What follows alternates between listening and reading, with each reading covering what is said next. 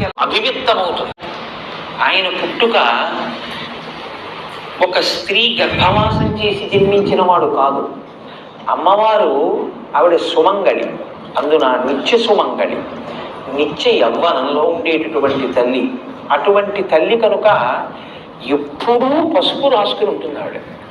ఎప్పుడూ పసుపు రాసుకుని ఉండేటటువంటి అమ్మవారు ఒకానొక రోజున తన ఒంటి మీద ఉన్న పసుపు నలిచింది. నలిచి ముద్ద చేసి ప్రాణప్రతిష్ఠ చేసింది. ఇప్పుడు విఘ్నేశ్వరుడు యొక్క మొదటి స్వరూపం నరవినాయకుడు. అంటే నరుడు ఎలా ఉంటాడో అలాగే పుట్టారు ఆయన. మరి గజముఖం ఎక్కడి నుంచి వచ్చింది? పరమశివుడు నరముఖాన్ని తొలగించాడు, గజముఖాన్ని పెట్టాడు. మనకి వినాయక వ్రత కల్పన కథలో ఏం చెప్తారంటే, ఏదో పరమేశ్వరుడు ఎక్కడికో వెళ్ళాడు, ఇంటికి వచ్చాడు, పార్వతీదేవి లోపల బయట కాపుగా పెట్టింది, నువ్వెవరివన్నాడు, నేను కాపలా ఉన్నాను లోపలికి వెళ్ళొద్దని ఆయన అన్నాడు, వీళ్ళిద్దరికి దెబ్బలాట వచ్చింది, యుద్ధం జరిగి త్రిశూలంతో తలకై తీసేశాడు అంటారు. పార్వతీదేవి ఏడిచింది, అందుకని తీసుకొచ్చి గజముఖాన్ని పెట్టాడు. అలాగ కథల్ని మీరు అలాగే చెప్పేస్తే పిల్లలకి వాళ్ళకి ఏమవుతుందంటే ఏదో భక్తికి నమస్కారం చేస్తారు కానీ వాళ్ళకి అనుమానం ఉండిపోతుంది.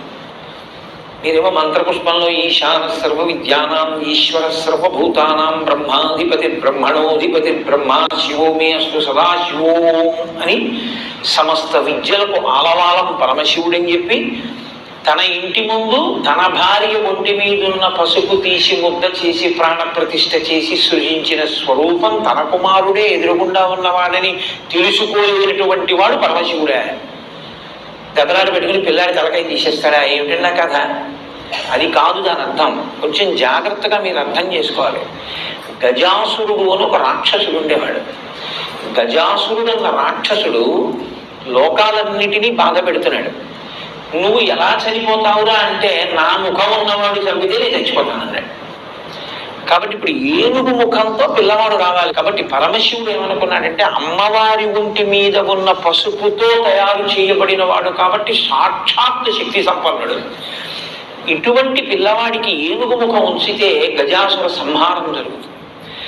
అందుకని ఆయన ఆ తలకాయని తొలగించి ఉత్తరాభిముఖంగా అమంగళకరంగా తల పెట్టుకుని నిద్రపోతున్న ఏనుగు ఎక్కడైనా ఉంటే దాని తల తెంచి తీసుకురామన్నాడు. అది కైలాస పర్వత సానువుల్లో పడుకునుంది ఒక ఏనుగలాగా. దాని తల కోసి తీసుకొచ్చారు. అప్పుడు ఆ తల ఈ పిల్లవాడికి పెట్టి ప్రాణప్రతిష్ఠ చేశారు. చేస్తే ప్రాణప్రతిష్ఠ అంటే జీవం పోశారు. ఇప్పుడు ఆ పిల్లవాడికి ఏనుగు ముఖం వచ్చింది. ఇప్పుడు ఏనుగు ముఖంతో ఉన్న పిల్లవాడు గజాసుర సంహారం చేశాడు. గజాసుర సంహారం చేశాడు కాబట్టి మీరు నేను సంతోషంగా ఉండగలుగుతాం. వాడు అంత ప్రమాదకరమైన వ్యక్తి ఆ గజాసురుడు. కాబట్టి సుముఖ, మంచి ముఖం ఉన్నవాడు అంటే ఏమిటి దాని అర్థం? ఆయన ఆ ముఖాన్ని లోకం కోసం ఉంచుకుని గజాసుర సంహారం చేసి మిమ్మల్ని నన్ను రక్షించినటువంటి వాడు. కాబట్టి అసలు ఆ ముఖం ఉంచుకోవడమే మన కొరకు తప్ప, లేకపోతే అసలు ఆయన ముఖం అది కానీ కాదు. మనందరిలాగే ఆయన నరముఖంతో చాలా అందంగా కూర్చుని ఉండేవాడు. ఆయన ఏనుగు ముఖం పెట్టుకున్నాడు అంటే మన కోసం తన తల తీయించుకుని ఏనుగు తలకాయని పెట్టుకున్నవాడు. లోకం కోసం ఇంత గొప్ప పరిశ్రమ చేసిన వాడి ముఖం కన్నా సుముఖం ఇంకేముంటుంది? కాబట్టి సుముఖ కాదు. సుముఖ అన్న మాటకు అర్థం ఏమిటంటే, అందంగా ఉన్న ముఖం సుముఖం కాదు. ఏ ముఖము ప్రేమని కలిగి ఉంటుందో, ఏ ముఖము ప్రసన్నమై ఉంటుందో, ఏ ముఖము సంతోషముతో ఉంటుందో దానికి